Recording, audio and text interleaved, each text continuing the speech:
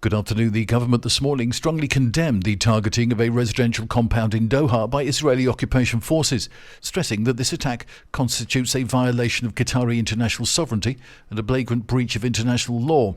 In a statement, the Spanish government renewed its call for restraint and respect for international law and order to preserve regional stability, immediately halt the violence and return to diplomatic negotiations.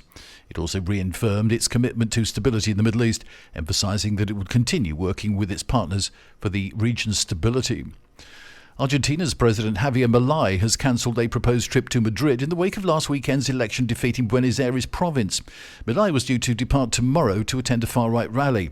The Europa Viva 2025 event, organised by the European Parliament's largest far-right group, would feature international leaders such as Milei, so the far-right party Vox said in a statement on Monday, without specifying when he would arrive or who else would be there. However, Argentine government sources yesterday said that the head of state would not travel in the wake of last Sunday's election defeat.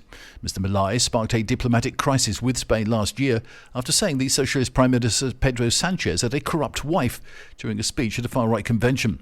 The government here eventually recalled its ambassador to Buenos Aires and left the post vacant for 5 months over the spat. An international activist flotilla seeking to break the Israeli blockade of Gaza this morning said it was attacked for a second night in a row. The Global Sumud Flotilla said one of its boats, the British-flagged Alma, was attacked by a drone as it was docked in Tunisian waters. No one was hurt, and the group shared security camera footage showing people on board shouting fire and pointing to the sky. Projectiles on fire fell on the deck, exploding and setting off a blaze. The attack appeared similar to the one the night before on the Portuguese-flagged family vessel. Tunisian authorities denied yesterday claims that the first attack had been caused by drones, adding that they were investigating. There was no immediate reaction to the second attack.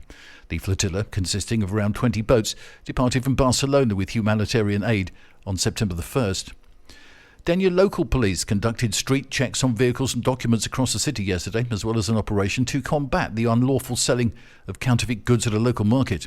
Authorities detained 5 people involved in 2 confrontations with officers. This resulted in serious injuries and hospitalizations. The police have not revealed how many or where the altercations occurred. In the market operation, a crime against industrial property was discovered, along with the illicit sale of counterfeit products. The Spanish industrial production grew the most in 9 months in July, so the INE said this morning.